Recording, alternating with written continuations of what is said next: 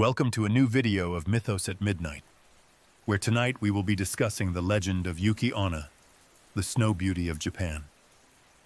Before we dive in, remember to like, subscribe, and comment which other legends you would like us to make a video about. Let's dive in. Close your eyes and let yourself drift into the quiet magic of a Japanese winter evening. Picture snowflakes falling like whispered secrets from a darkening sky, each one unique, each one carrying a story as old as time itself. Feel the gentle weight of silence that only snow can bring, that hushed reverence that transforms the world into something otherworldly and sacred.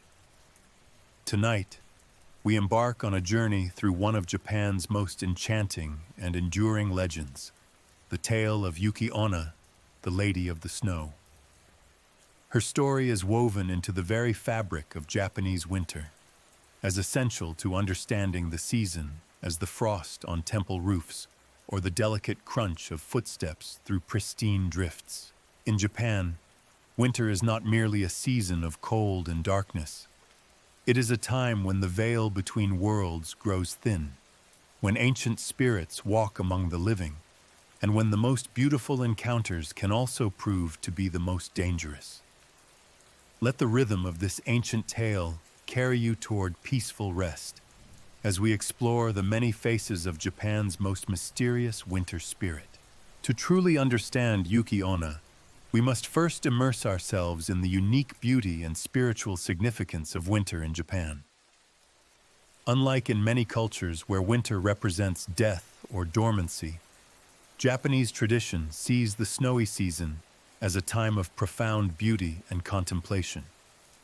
As the classical poet Kujohara no Fukayabu wrote centuries ago, "Midwinter gloom the earth enshrouds, yet from the skies the blossoms fall, a fluttering shower, white petals all. Can spring become so soon beyond the clouds?" Picture this snow-blessed landscape. Delicate flakes settling on the upturned eaves of Buddhist temples, their ancient wooden structures darkened with age providing perfect contrast to the pristine white. Imagine the snow gathering on the graceful curves of traditional bridges, those elegant spans that seem to float over icy streams like something from a painted scroll. See the stone lanterns standing sentinel in temple gardens, their rounded tops crowned with snow, their weathered granite surfaces catching the soft light of winter afternoons. These lanterns, called toro, have witnessed countless winters, countless snowfalls, countless stories whispered by the wind through bare branches.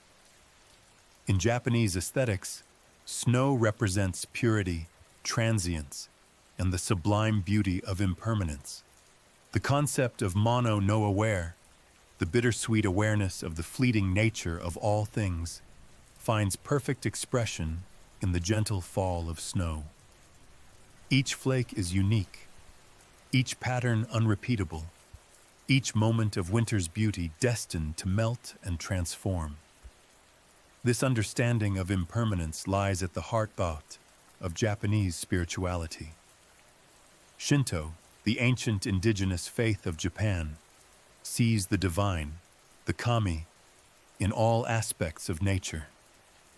Mountains have their spirits, rivers have their gods, and winter itself is inhabited by entities both beautiful and terrible. Snow, in this spiritual framework, becomes more than frozen water. It is a manifestation of the sacred, a reminder of nature's power to transform and renew. But like many powerful things in Japanese folklore, snow can be both blessing and curse, both protector and destroyer. To understand Yuki Onna, we must first understand her place in the vast pantheon of Japanese supernatural beings known as yokai. The word yokai itself is written with two kanji characters, meaning attractive, bewitching, and mystery, wonder. A perfect description of these enigmatic entities that populate Japanese folklore. Yokai emerge from Japan's native Shinto religion, which follows an animistic worldview. In Shintoism, everything in nature possesses a spiritual essence, a kami. Trees have spirits, rocks have souls, rivers have personalities, and weather patterns have consciousness. This belief system sees no clear distinction between the sacred and the mundane, between the spiritual and the physical world. Unlike the demons or monsters of Western folklore, yokai are not inherently evil. They are manifestations of natural forces, embodiments of emotions, or personifications of phenomena that humans cannot otherwise explain. They can be helpful or harmful, benevolent or dangerous, protective or vengeful, much like nature itself. This complexity reflects a fundamental principle of Japanese spirituality, the idea that all things possess both positive and negative aspects, light and shadow, creation and destruction. A mountain kami might bring abundant harvests and protection, but also avalanches and storms. A river spirit might provide life-giving water and fertile soil, but also floods and drowning. Yokai, therefore, are not simply monsters to be feared or gods to be worshipped. They are neighbors in the spiritual landscape, entities with whom humans must learn to coexist. They demand respect, understanding, and sometimes appeasement. They reflect the Japanese understanding that the natural world is neither entirely safe nor entirely hostile. It is complex, powerful, and deserving of reverence. In this vast family of spirits, Yuki Onna holds a special place. She represents one of nature's most beautiful yet dangerous forces, winter itself. Like the snow she embodies, she can bring peaceful rest or eternal sleep, gentle beauty or deadly cold. Across Japan's diverse landscape, Yuki Onna appears under many names, each reflecting local beliefs and experiences. Like snow itself, which takes different forms depending on temperature, humidity, and wind, the snow woman manifests differently across the archipelago's varied geography. In some regions, she is known as Yuki Musume, the snow daughter, emphasizing her youth and beauty. Others call her Yuki Hime, the snow princess, suggesting noble bearing and otherworldly grace. In certain areas, she becomes Yuki Onago, the snow girl, while elsewhere she is Yuki Joro, another variation of snow woman. But not all her names are so beautiful. In some prefectures, particularly where winters are harshest, she is known as Yuki Onba, the snow granny or snow nanny, suggesting an older, more maternal but potentially dangerous figure. In Nagano Prefecture, she becomes Yuki Furi Baba, the snowfall witch or snowfall hag, while in Eihime she is simply called Yukinba, the snow hag. Some names connect her to ice rather than snow. She may be called Tsurara Onna, the icicle woman, or Kanekori Musume and Shigama Nyobo, names that evoke the sharp, dangerous beauty of winter ice. Each name carries its own nuance, its own understanding of how this spirit manifests in different communities. These varied names remind us that Yuki Onna is not a single entity, but rather a type of spirit, a category of yokai that embodies different aspects of winter's power and beauty. Like snow itself, she adapts to local conditions, taking the form that best reflects each community's relationship with winter. Let's dive into the legend of Yuki Onna. The legend of Yuki Onna stretches back through centuries of Japanese history, her roots reaching deep into the ancient soil of folklore and oral tradition. The earliest recorded mention of her appears in the Muromachi period, spanning from 1336 to 1573, in a work called Sogi Shokoku Monogatari by the Renga poet Sogi. Sogi wrote of his personal encounter with this mysterious figure during his travels in Echigo province, now known as Niigata Prefecture. According to his account, he left his lodgings on a snowy morning and was startled to find a beautiful woman standing in the frozen garden. She was extraordinarily tall, with a face as white as the snow around her, and hair that, despite her apparent youth, was also white as winter itself. She wore a white, almost translucent kimono that seemed to offer no protection against the bitter cold, yet she appeared completely unaffected by the freezing temperatures. When Sogi attempted to speak with this ethereal figure, she simply vanished, disappearing as suddenly and silently as she had appeared.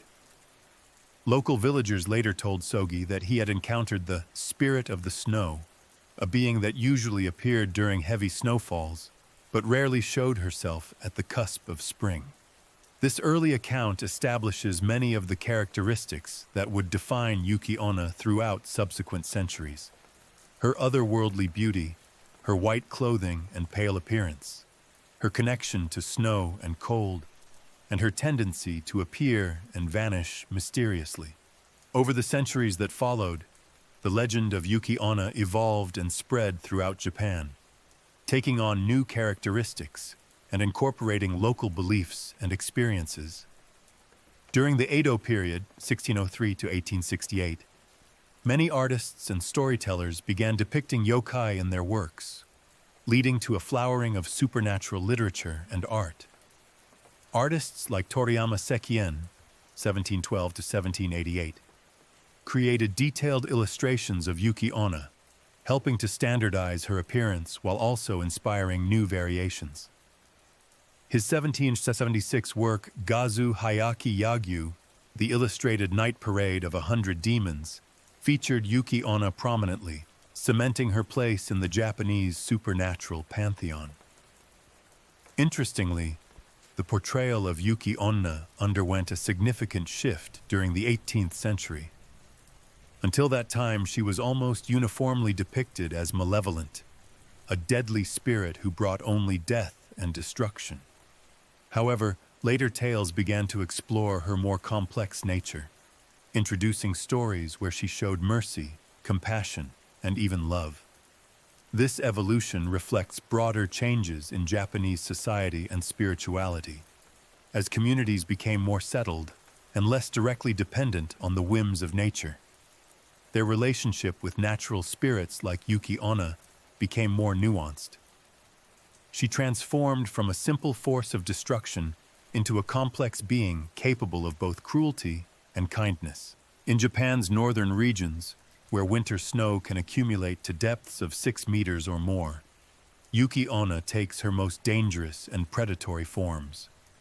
Here, in prefectures like Hokkaido, Aomori, and northern Honshu, she is known as the snow vampire, a fearsome entity that hunts in the deep forests and mountain passes. In these harsh northern lands, Yuki Onna is said to feed on human life energy, called seiki in Japanese. She haunts the snow-covered forests, appearing to lost travelers as a beautiful woman in distress. But her beauty is a trap, for she draws the life force from her victims through their breath, freezing them solid before extracting their vital essence through their mouths.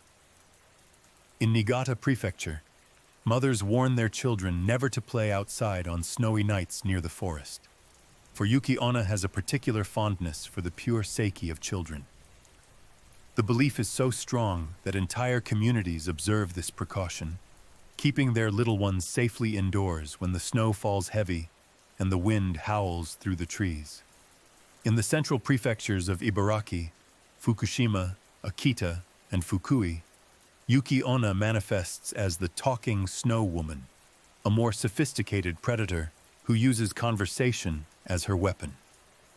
This version of the snow woman engages her potential victims in dialogue before revealing her true nature.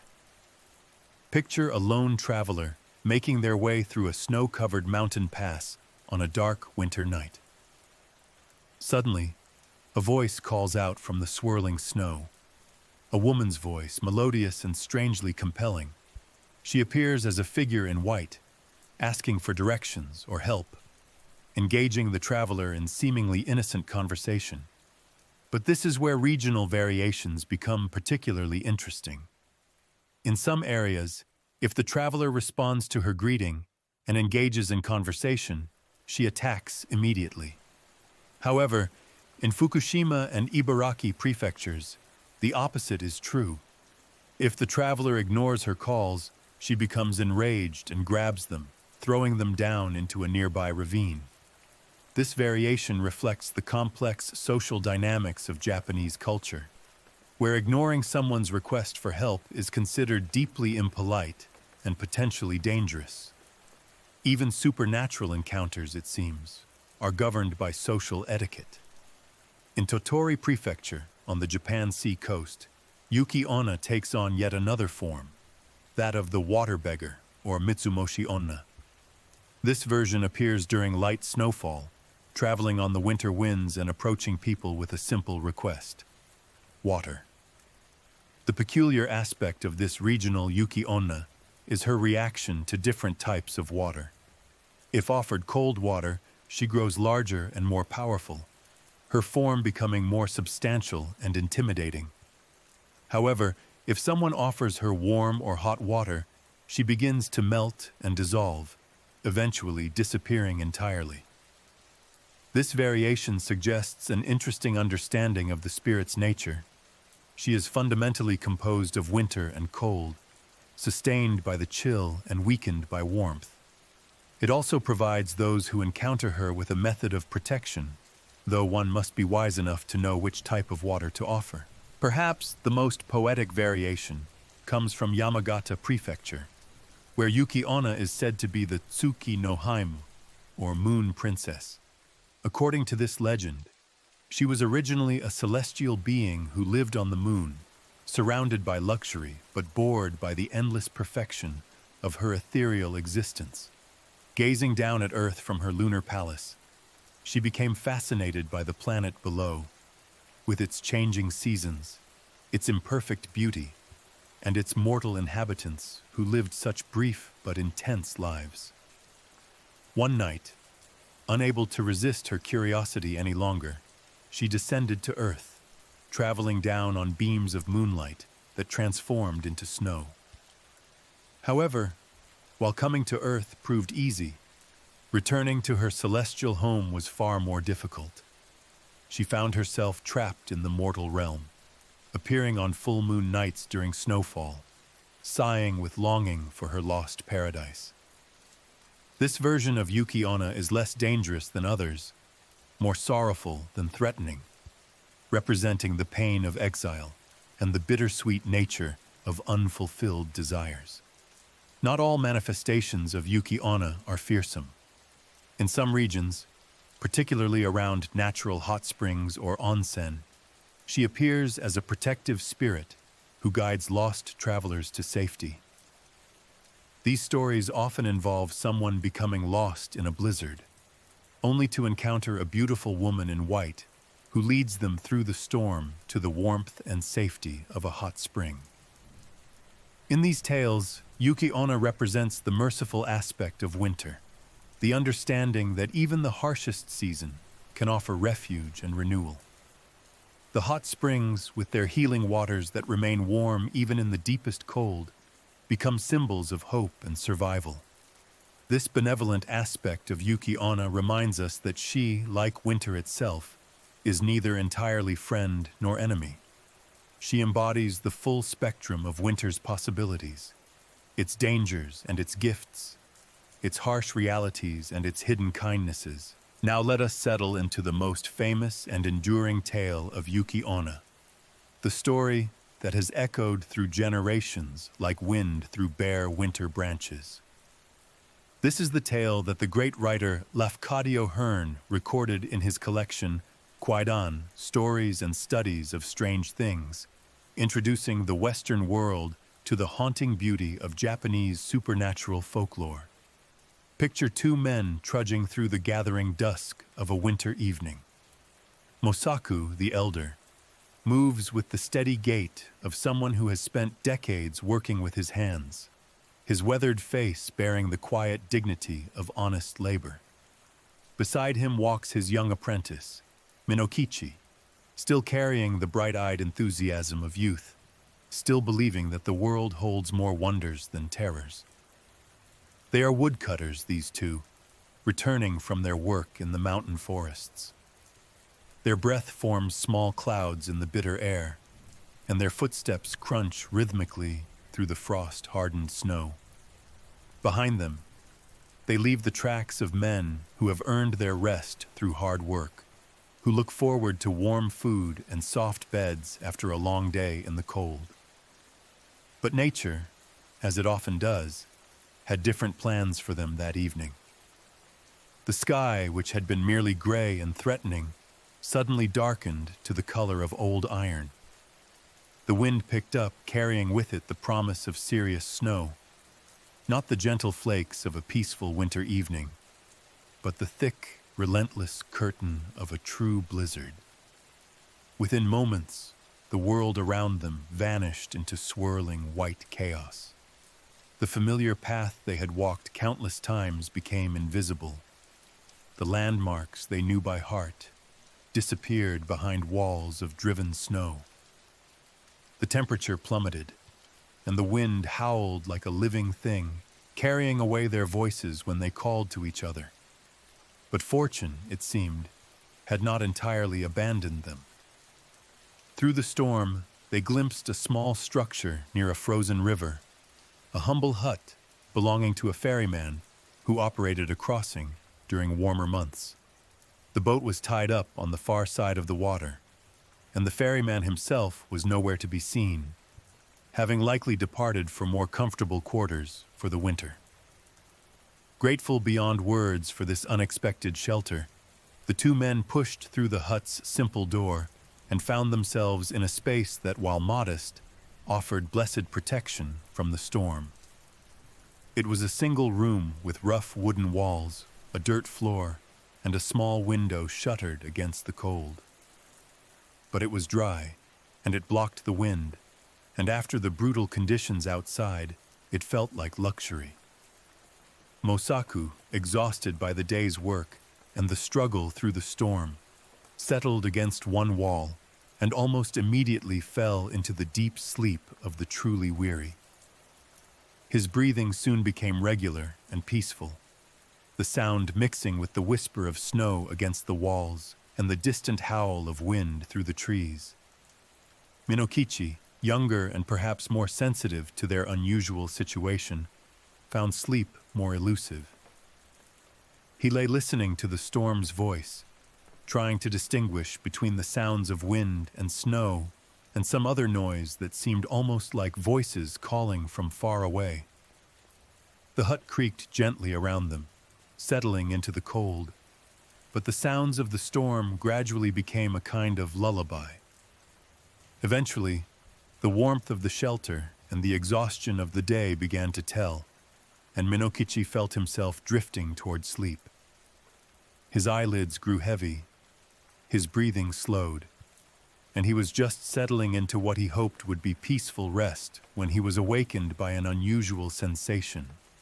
Snow falling across his face like tiny cold kisses. Confused and disoriented, he opened his eyes to discover that the door of their shelter had somehow blown open and cold air was streaming in, bringing with it a shower of snowflakes.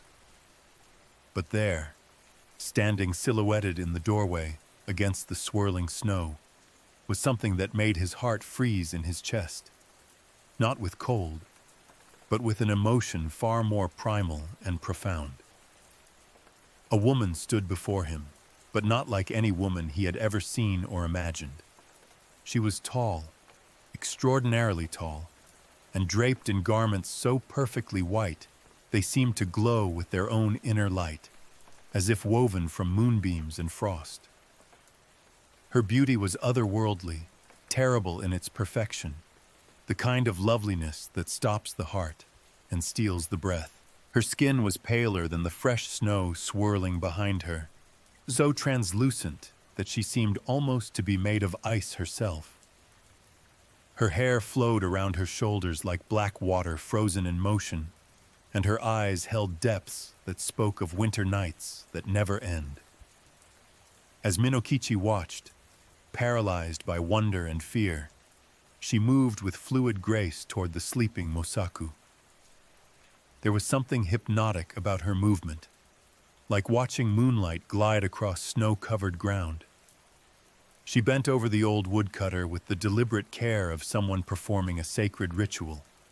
Her breath emerged like white smoke, but this was no ordinary exhalation of warm air meeting cold. This was something else entirely, something that carried the essence of eternal winter, of the sleep from which there is no waking. As her breath touched Mosaku, the old man's body grew still in a way that spoke of more than mere sleep. Then she turned to Minokichi, and he felt the weight of her attention like a physical force. He tried to cry out, tried to move, but found himself frozen, not by ice, but by the overwhelming power of her presence. Her breath, when it reached him, was like a freezing blast that seemed to reach into his very soul, seeking to draw out the warmth of life itself. But then something remarkable happened. She paused, her ethereal form hovering over him, and for a moment that stretched like eternity, she simply looked at him. Whatever she saw in his young face, his youth, his innocence, perhaps some quality that touched whatever remained of compassion in her supernatural heart, stayed her deadly purpose. When she spoke, her voice was like wind through icicles, beautiful and terrible at once. I had intended to treat you as I did your companion, but I will spare you. Your youth and beauty have earned you this mercy. But her next words carried a weight that would haunt him forever.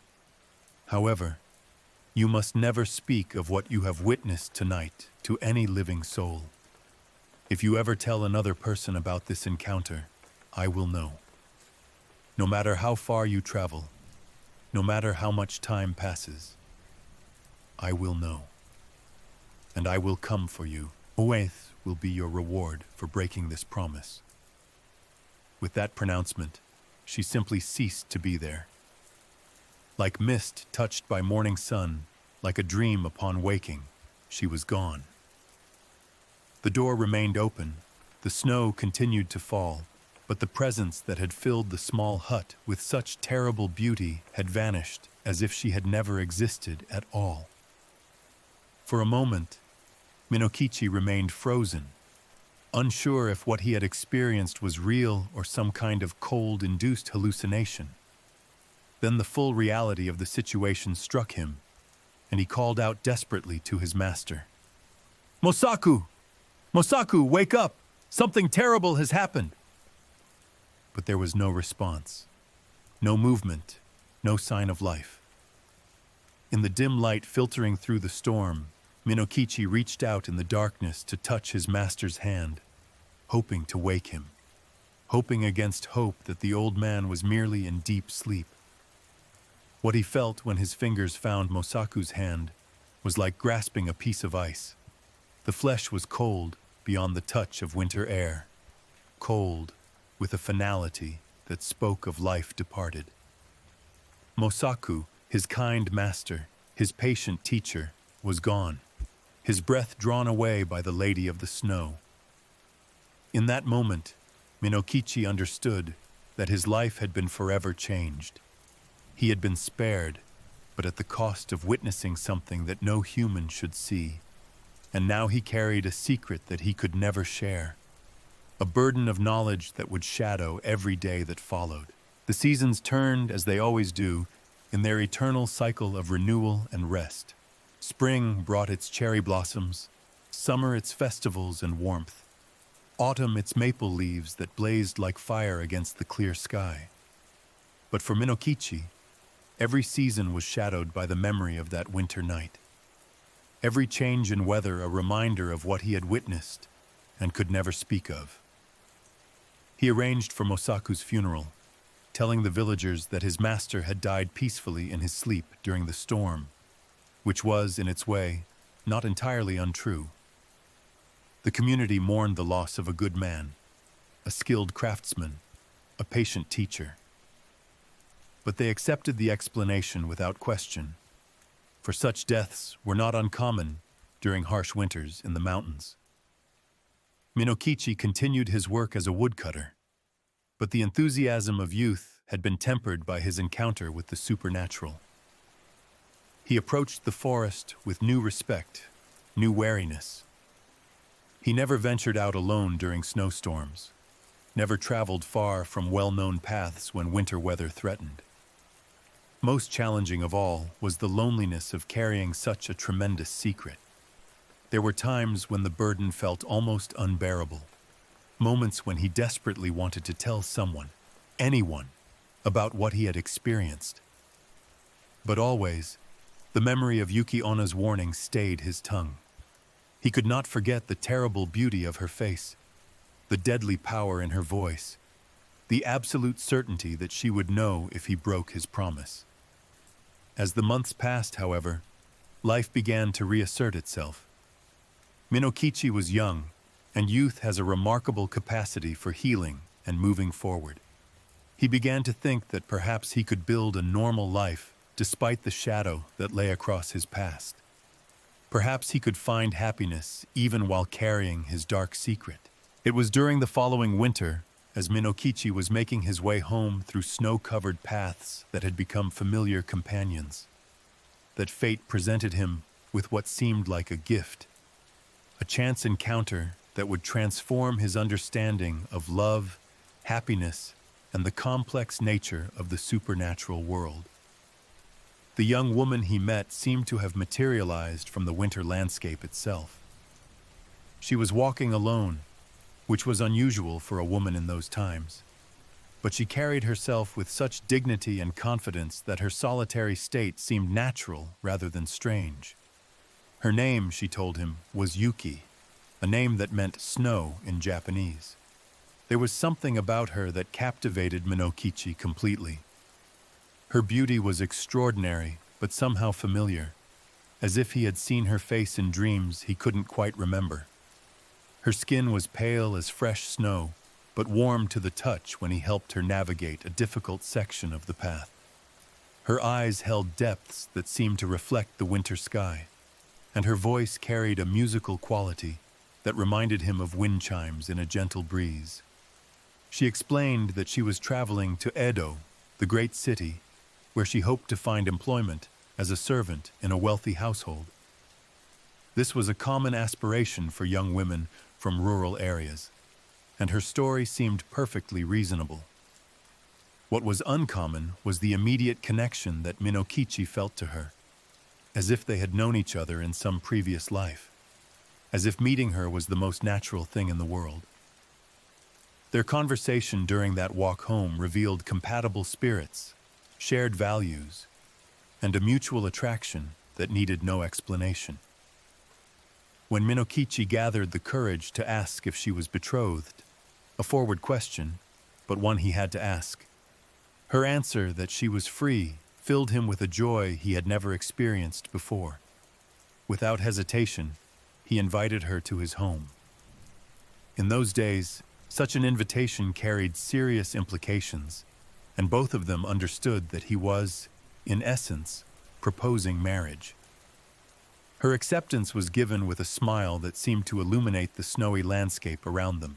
Their wedding was a simple affair, as befitted a woodcutter's modest circumstances, but it was filled with genuine happiness and the warm approval of the community. Yuki proved to be everything that the villagers could hope for in a daughter-in-law: respectful, hard-working, and devoted to her new husband. In their daily life together, Minokichi discovered that marriage exceeded even his highest hopes. Yuki was an excellent cook, transforming simple ingredients into meals that warmed both body and soul. She was skilled with her needle, creating clothing that was not only practical but beautiful, with subtle touches that spoke of refined taste and careful attention to detail. There were perhaps small things that might have seemed unusual to someone looking closely. Yuki never seemed to feel the cold as others did. She could work outside on the coldest days without the heavy wrappings that others needed. Her hands remained warm even when handling snow or ice. And there was something about the way animals reacted to her, Dogs that were friendly to everyone else would whine and hide when she approached, and cats would arch their backs and hiss for no apparent reason. But Minokichi, deep in the contentment of new love, noticed none of these subtleties. If he had been asked, he would have said simply that his wife was perfect, that she was the fulfillment of every dream he had never dared to dream. Their happiness deepened with the arrival of children, 10 beautiful sons and daughters who filled their home with laughter, energy, and love. Each child was healthy and strong, though neighbors sometimes commented on their unusually fair complexions, skin so pale it seemed almost translucent in certain light. Yuki proved to be a wonderful mother, patient with childish mishaps, creative in her play, and wise in her guidance. The children adored her, and she them. Watching her with their offspring, Minokichi often felt his heart would burst with happiness. This was the life he had always wanted, but never believed he could achieve. When Minokichi's elderly mother grew ill and approached her final days, Yuki tended to her with the devotion of a natural daughter. She sat by the old woman's bedside, prepared nourishing foods, and provided comfort during difficult nights. The dying woman's last words were praise for her daughter-in-law, speaking of Yuki's kindness and the love she had brought to their family. The villagers echoed these sentiments. Yuki was respected and admired throughout the community for her grace, her generosity, and her devotion to her family. Young wives sought her advice. Children smiled when they saw her, and elders nodded approvingly when her name was mentioned. By all measures that mattered, she was the ideal wife and mother. In the evenings, after the day's work was done and the children were settled for sleep, Minokichi and Yuki would sit together in comfortable companionship. Often, she would work on mending or sewing by the light of their paper lamp, her needle moving in graceful, precise movements, while soft light played across her serene features. These were the times Minokichi treasured most, moments of quiet intimacy when the world outside seemed far away, when their small home felt like the center of the universe. He would watch his wife work and marvel at his good fortune. How had he, a simple woodcutter, come to deserve such happiness?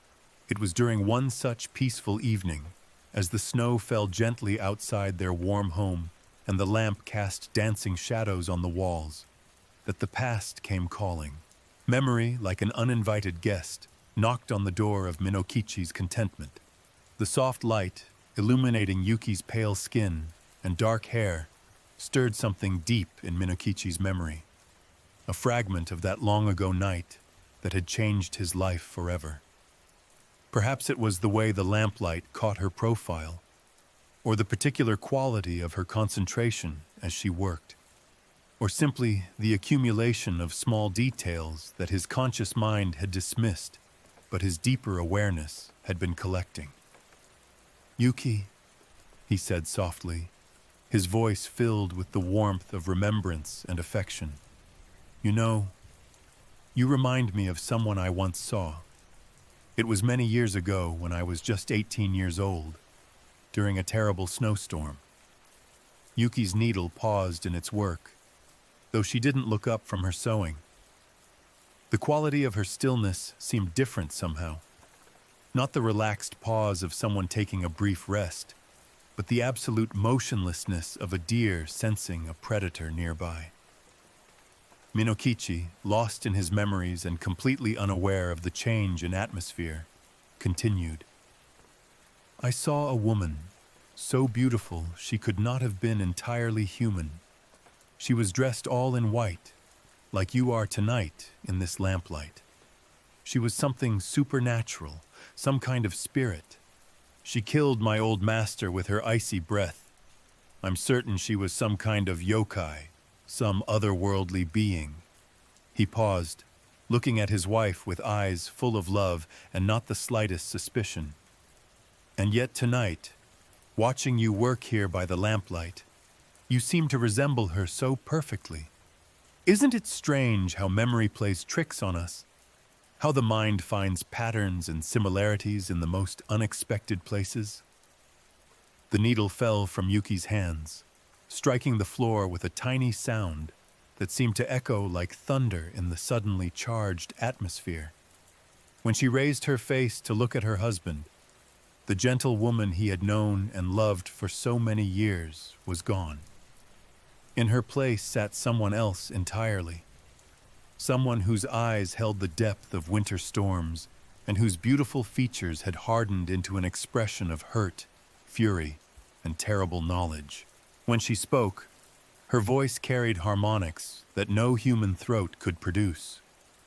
The sound of wind through mountain passes, of ice cracking under pressure, of the fundamental forces of winter-given voice. It was I, Minokichi. It was I, Yuki Onna, who came to you that night in the ferryman's hut. The words struck him like physical blows. The room seemed to spin around him as the implications crashed through his consciousness. His wife, the mother of his children, the love of his life, the woman who had brought him such perfect happiness, was the supernatural being who had killed his master all those years ago. It was I who silently killed your master with the breath of eternal winter. O faithless wretch! Her voice rose, carrying pain that seemed to encompass centuries of loneliness and betrayal. You have broken your promise to keep the matter secret. You swore to me that night that you would never speak of what you witnessed, and now you have betrayed that sacred trust. What happened next revealed the profound complexity of Yuki Onna's nature. The rage in her expression warred with something else. Love, perhaps, or the memory of love. The supernatural being who could kill with a breath struggled with the woman who had borne 10 children and lived as a devoted wife for years. If it were not for our children, she continued, her voice fluctuating between the inhuman tones of the yokai and the familiar warmth of the wife he had known. These beautiful souls we have created together, I would kill you now, this very instant. They stay my hand, for they are innocent of your betrayal. But the love that saved his life came with conditions that chilled him more than her supernatural nature ever could. Remember this well, Minokichi. If ever our children have reason to complain of your treatment, if you fail them as a father, as you have failed me as a keeper of promises, I will know. I will hear their tears across any distance. And on a night when the snow falls thick and fast, when the wind howls through the mountains and the world turns white and cold, I will return for you. You will join your old master in the eternal cold, and this time there will be no mercy, no reprieve, no second chance. As these words hung in the air like frost, Yuki Onna began to change. Her solid human form started to shimmer and fade, becoming translucent like morning mist. The familiar features that Minokichi had loved and kissed countless times began to dissolve, revealing something far more ancient and otherworldly beneath. Her voice, as she began to fade, carried all the sorrow of winter winds. Did you think I could not love? Did you imagine that these years meant nothing to me? You have given me the greatest gift and the greatest pain, children to treasure and a trust betrayed. She rose from where she had been sitting, no longer bound by the limitations of human form. Her body became like snow caught in wind, swirling and shifting, beautiful and terrible in its ethereal grace. Her words scattered like snowflakes. Remember our children, Minokichi. Love them as I have loved them. Protect them as I would protect them. In them, some part of me will always remain. With a sound that was part shriek, part sorrow, the cry of winter wind through mountain passes, the voice of every blizzard that had ever raged, she flowed toward the smoke hole in the roof of their humble home. For a moment, she seemed to pause there, looking back at the life she was leaving behind, at the man who had been both her greatest joy and her ultimate disappointment. And then she was gone, vanished into the night sky like a cloud passing across the moon.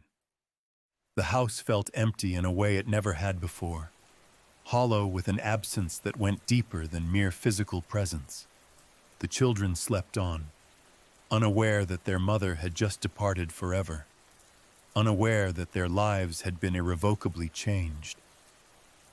Minokichi sat in the sudden silence, surrounded by the evidence of the life they had built together. Her sewing basket, the children's clothing she had been mending, the warmth that her presence had brought to their humble home. Now he understood so many small mysteries, why she had never aged in all their years together, why the cold never seemed to affect her, why she had sometimes seemed sad on the warmest summer days. The knowledge that his beloved wife had been a supernatural being all along filled him with a confusion of emotions. There was fear, certainly, and a profound sense of loss. But there was also a strange kind of peace. She had been real. Their love had been real. Their children were real. Their happiness had been genuine, even if built on a foundation of supernatural deception. As he sat through that long night, waiting for dawn, Minokichi found himself wondering about the nature of their relationship. Had she truly loved him? Or had her presence in his life been some kind of elaborate supernatural game?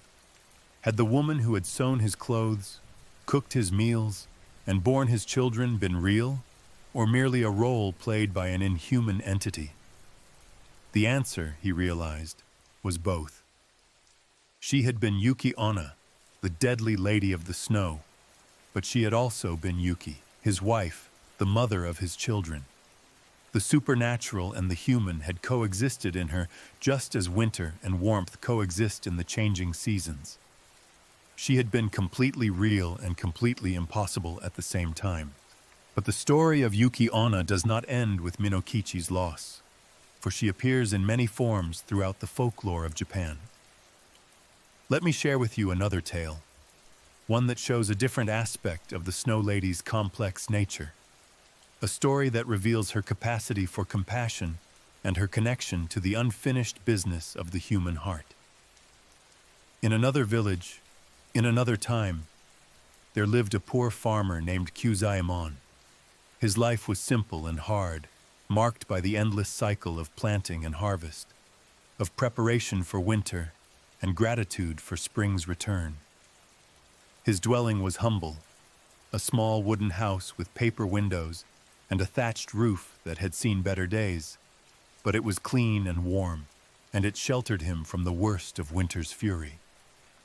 One winter night, as the snow fell steadily outside his modest home, Kyuzaemon had performed his evening rituals, closed his shutters against the cold, and settled into his bed, expecting nothing more than a peaceful night's rest. The wind sang softly in the eaves, and the snow whispered against the walls, sounds that had become the familiar lullaby of winter nights. But shortly before midnight, when the world was deep in the grip of winter sleep, loud knocking echoed through his small house. The sound was persistent, urgent, carrying with it the desperation of someone in genuine need of shelter from the storm. Kyuzaemon, though a kind man, was also wise in the ways of his dangerous world. Winter brought not only snow and cold, but also desperate people. Bandits seeking shelter, thieves looking for unguarded homes, or simply travelers whose need had made them dangerous. "Who are you?" he called through the closed door. "What do you want at this hour?" The stranger outside made no direct answer to his questions, but instead began to plead for help, for food, for shelter, for protection from the killing cold of the storm. The voice was that of a woman, and it carried such desperation that Kyuzaemon felt his heart pulled toward compassion. But wisdom won over sympathy, and he refused to open his door to an unknown visitor in the depths of a winter night. He had heard too many stories of travelers who had made such mistakes, only to find themselves robbed or worse. "I'm sorry," he called out, "but I cannot let you in. Seek shelter at the village temple, or the monks will not turn you away." Having ensured that all his doors and windows were securely fastened, Kyuzaemon prepared to return to his bed, hoping that the stranger would indeed seek help elsewhere, and that no harm would come to either of them. But as he turned to retire, he found that caution had not been enough. Standing beside him in his own home, as if she had passed through solid walls like mist through a screen, was a woman in flowing white garments. Her long hair fell over her shoulders like a dark waterfall against fresh snow, and her presence filled the small room with an otherworldly silence. "Where did you leave your geta?" Kyuzaemon stammered, referring to the wooden sandals that any normal traveler would wear and that would have to be removed before entering someone's home. The woman's answer chilled him more than the winter wind. "I need no geta, for I have no feet. I fly over the snow-capped trees, traveling with the winter winds. I would have continued to the next village, but the wind was blowing strongly against me, and I desired to rest for a while." Understanding began to dawn on Kyuzaemon. This was no human visitor seeking shelter from the storm. This was something else entirely, something from the realm of spirits and supernatural beings. His heart began to race, and he felt the kind of fear that comes not from physical danger, but from contact with forces beyond human understanding. But what happened next was unlike any supernatural encounter that Kyuzaemon had heard described in the ghost stories told around winter fires. Instead of threatening him or making demands, the spirit woman asked a question that revealed her own spiritual nature. "Do you have a butsudan in your home?" A butsudan is a family altar, a sacred space where the departed ancestors are honored and where prayers are offered to Buddha and the Bodhisattvas. Most households, no matter how humble, maintained such a shrine, for the veneration of ancestors was one of the most fundamental aspects of Japanese spiritual life. Kyuzaemon confirmed that he did indeed have such an altar, and the spirit requested that he open it and light a lamp before it. Though terrified, he complied, his hands shaking as he slid open the wooden doors of the shrine and lit the oil lamp that illuminated the carved figures of Buddha and the memorial tablets of his deceased family members. What followed was perhaps the most remarkable aspect of this supernatural encounter. The spirit woman, whom living humans might expect to fear or revile sacred objects, instead knelt before the family altar with perfect reverence. She joined her hands in prayer, bowed her head, and began to chant the sacred sutras with a devotion that seemed to come from the depths of her being.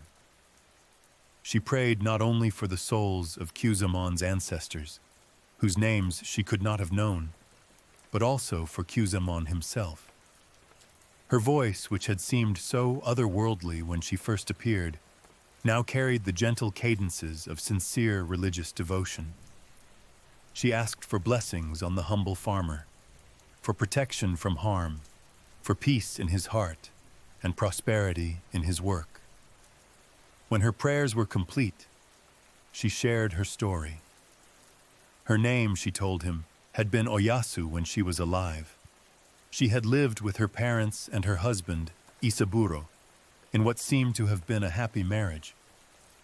But when she died in the snow, presumably caught in a storm like the one raging outside, Isaburo had abandoned her elderly parents, leaving them to struggle alone in their final years. Now, as a spirit, she was traveling through the winter nights with a specific mission: to find her former husband and persuade him to return to care for the old people who had welcomed him as a son. It was not revenge she sought, but reconciliation. Not punishment, but the fulfillment of familial obligations that death had interrupted but not erased. Her love for her parents had survived death itself, transforming her into a spirit who could not rest until she knew they were properly cared for. This was Yuki Onna in her most benevolent form, not the predatory snow vampire of darker tales, but a loving daughter whose concern for her family had given her the power to transcend the boundaries between life and death. As Kyuzaemon listened to her story, his fear began to transform into something else: sympathy, respect, even admiration. Here was no malevolent ghost seeking to harm the living, but a devoted daughter whose love had literally given her the power to return from the dead to ensure her parents' welfare. Still shaken by the supernatural nature of his visitor, Kyuzaemon sought comfort in familiar prayers. He moved to his family altar and began to recite, "Namu Amida Butsu, Hail Omnipotent Buddha," the sacred invocation that calls upon the infinite compassion of the Buddha, Amitabha. The familiar words brought him peace, and gradually his fear subsided into acceptance and even wonder. Eventually, exhaustion overcame anxiety, and the farmer was able to lie down and sleep. During the night, he briefly awakened to hear the spirit whisper farewell, but before he could respond, she had vanished as silently as she had appeared. The next day, driven by curiosity and a desire to help if he could, Kyuzaemon made his way to the neighboring village to seek out Isaburo. He found the man easily enough and learned that his visitor's story had been entirely true. Isaburo confirmed that he had indeed been visited multiple times by the spirit of his deceased wife, always appearing during snowstorms, always pleading with him to return to care for her parents. The encounters had finally achieved their purpose. Moved by his wife's persistent appeals from beyond the grave, Isaburo had agreed to fulfill his obligations and had returned to live with and care for his former in-laws. With her mission accomplished, the spirit of Oyasu, this manifestation of Yuki Onna, had found peace and no longer needed to walk the winter nights. Neither Kyuzaemon nor Isaburo was ever troubled by supernatural visitations again, for the spirit's purpose had been fulfilled, and love had triumphed over the barriers of death itself. To fully appreciate the richness and complexity of Yuki Onna's legend, we must understand the unique spiritual landscape from which she emerges. Japan's religious and folkloric traditions create a worldview where the supernatural and the mundane exist side by side, where spirits are as real as stones and as natural as seasons. At the heart of this worldview lies Shinto, Japan's indigenous religion, which sees the sacred in all aspects of the natural world. In Shinto belief, everything possesses a spiritual essence. Mountains have their kami, spirits, rivers have their gods, trees have their souls, and weather patterns have their personalities. This animistic understanding means that winter itself is not merely a season, but a living force with consciousness, intention, and power. Buddhism, which came to Japan from China and Korea, added layers of philosophical complexity to this foundation. Buddhist concepts of karma, rebirth, and the interconnectedness of all life blended with Shinto animism to create a rich spiritual framework where beings like Yuki Onna can exist as both natural phenomena and conscious entities. Unlike Western traditions that often seek to classify supernatural beings as either good or evil, Japanese folklore embraces ambiguity and complexity. Yuki Onna embodies this complexity perfectly.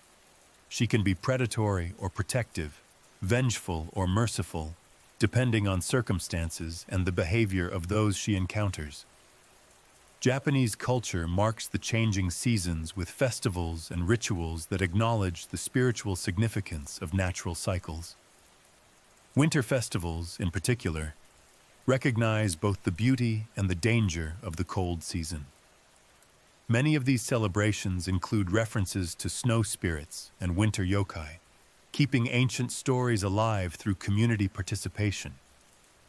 During these festivals, people tell stories of Yuki Onna, not as ancient myths, but as living traditions that continue to shape understanding of the world.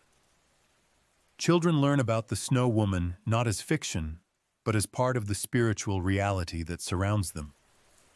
This keeps the legend dynamic and evolving, allowing each generation to find new meaning in ancient stories. The stories also serve practical purposes, teaching important lessons about winter safety, the dangers of traveling alone in storms, and the importance of respecting natural forces. In regions where winter can be deadly, tales of Yuki Onna function as survival instruction wrapped in narrative form. Japan's dramatic geographical diversity, from the heavy snows of Hokkaido to the mild winters of Okinawa, means that different regions have developed their own unique relationships with winter, and consequently, their own versions of Yuki Onna. The Snow Woman of the Northern Mountains bears little resemblance to her southern counterpart, just as the winters themselves are dramatically different. In Hokkaido, where snow can be measured in meters and winter storms can be genuinely life-threatening, Yuki Onna appears in her most dangerous forms. Here she represents the very real threat that winter poses to human survival. Stories emphasize her predatory nature, her ability to kill with cold, and the importance of avoiding her domain. In more temperate regions, where snow is beautiful but less threatening, Yuki Onna takes on gentler characteristics. She becomes more of a mysterious beauty than a deadly predator, more likely to inspire wonder than terror.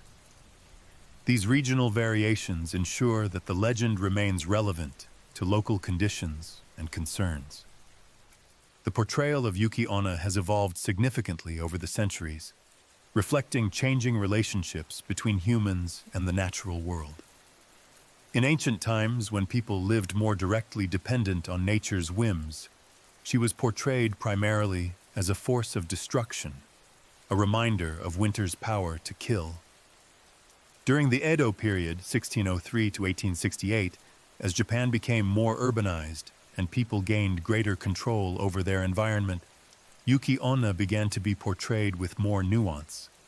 Stories appeared where she showed mercy, where she fell in love, where she struggled between her supernatural nature and human emotions. In contemporary Japan, Yuki Onna has become something of a pop culture icon, appearing in anime, manga, films, and literature. These modern interpretations often emphasize her tragic aspects, the loneliness of immortal existence, the pain of loving mortals who age and die, the struggle to find meaning in endless winter. The visual representation of Yuki Onna has evolved over centuries of Japanese art, from early scroll paintings to elaborate woodblock prints that helped establish her iconic appearance. These artistic interpretations have played a crucial role in standardizing her image, while also allowing for creative variations that reflect different periods and regional preferences. During the Edo period, master artists like Toriyama Sekien, 1812 to 1788, created definitive visual interpretations of Yuki Onna that influenced all subsequent depictions.